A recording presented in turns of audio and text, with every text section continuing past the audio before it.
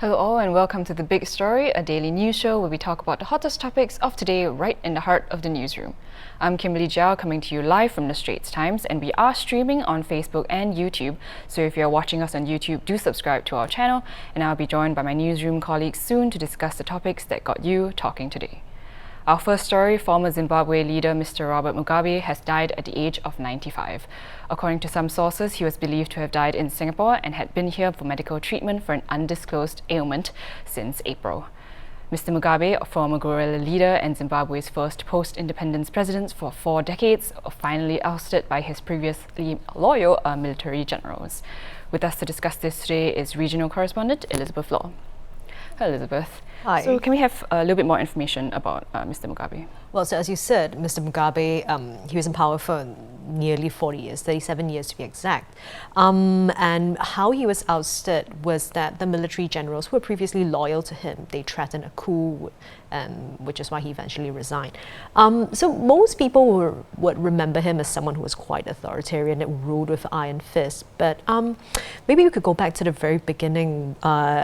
According to this biography I have of Mr. Mugabe, basically he was born in a Catholic family, and they weren't really well off, and so but he was a very studious sort of person, and even as he was out herding cattle, he would always have a book with him, and he wore glasses from a very young age. So he was very influenced by this sort of read widely, and so when he first came into the public eye, he was someone who was who was seen as a liberator. He liberated what we now know as Zimbabwe at the time was called Rhodesia from minority white rule because of apartheid and all of that. And so it's a small group of white people who was ruling over what is majority black Zimbabwe.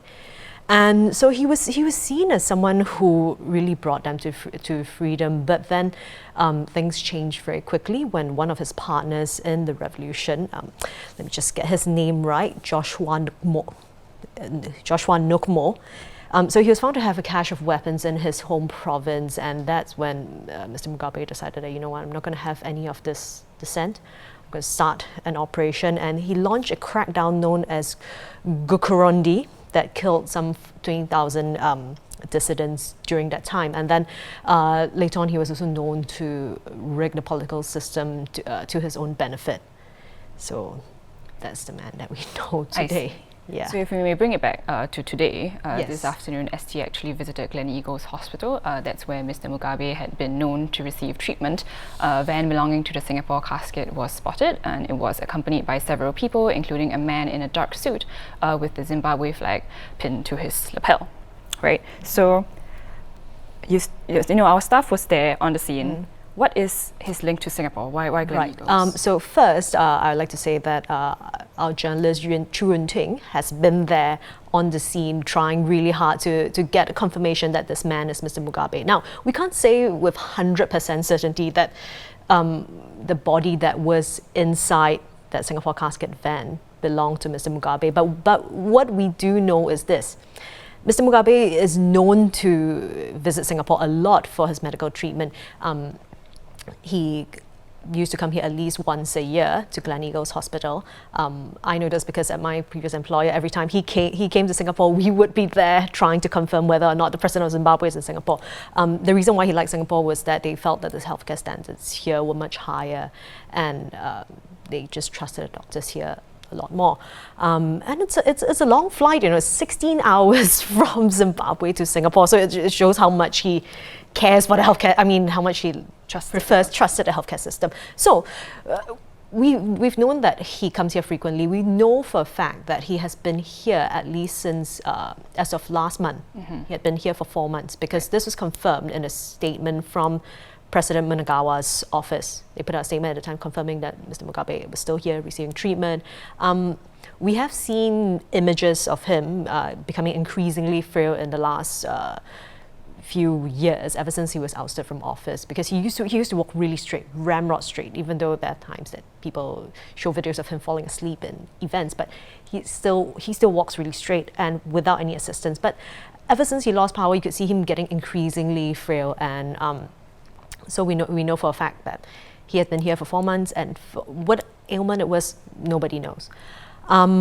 And we also know that a man who was accompanying the cortege, if you call it, if you use that word, had a Zimbabwean flag pinned on his lapel.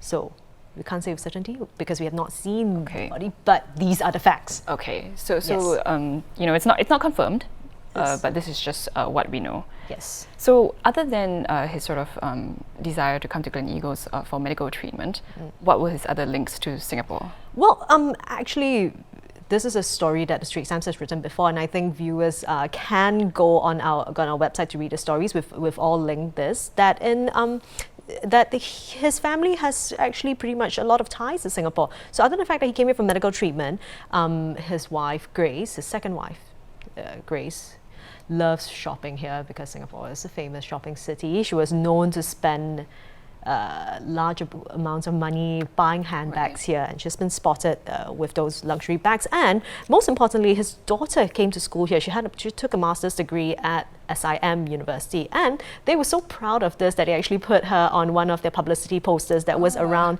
taxi stands and bus stops. It's since been taken down because advertising here is expensive, but I'm sure we could find a picture of that. Right, but so that is why he's always in Singapore. Yes, that is correct. Right. So thanks for sharing more with us, Elizabeth. And if you'd like to read the story that Elizabeth referenced earlier, do head on to our website. That's www.straitstimes.com.